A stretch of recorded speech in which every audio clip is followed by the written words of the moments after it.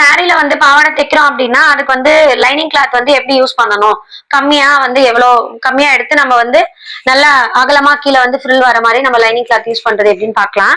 இப்ப பாத்தீங்கன்னா லைனிங் வந்து நான் 2 மீட்டர் எடுத்திருக்கேன். ஸோ பாவாடைக்கு மட்டும்தான். மோஸ்ட்லி 3 மீட்டர் எடுக்கணும். பட் இது வந்து சிம்பிளான மெத்தடு, நம்ம பெட்டிகோட் மெத்தட்ல கட் பண்ண போறோம். ஸோ நார்மலா டபுளா வந்து லைனிங்கை மடிச்சு போட்டுக்கோங்க.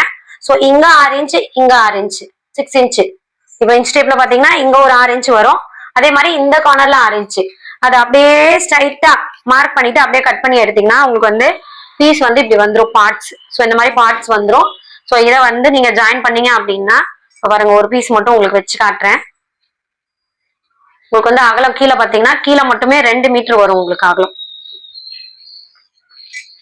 ஸோ பேக்குக்கும் வரும், ஃப்ரண்ட்டுக்கும் வரும் உங்களுக்கு அகலம். இங்க பாருங்க. இப்போ பாத்தீங்கன்னா நார்மலா இது 2 மீட்டர் லைனிங் தான். கீழே பாத்தீங்கன்னா உங்களுக்கு கிட்டத்தட்ட கீழே கோல் மட்டுமே உங்களுக்கு வந்து 2.5 மீட்டருக்கு இருக்கும். ஸோ இந்த மாதிரி வந்து கட் பண்ணி பாருங்க, உங்களுக்கு ஈஸியா இருக்கும், அகலமும் வரும்.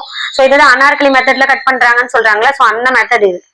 பாத்தீங்கன்னா 3 லேயர் வச்சிருக்கேன். 3 லேயர்ல பெரிய லேயர் சென்டருக்கு வச்சிருக்கேன். சைட் லேயர் வந்து இது ஃப்ரண்ட்டுக்கு மட்டும். ஸோ பேக் போர்ஷனுக்கும் இதுலயே வந்துடும் உங்களுக்கு.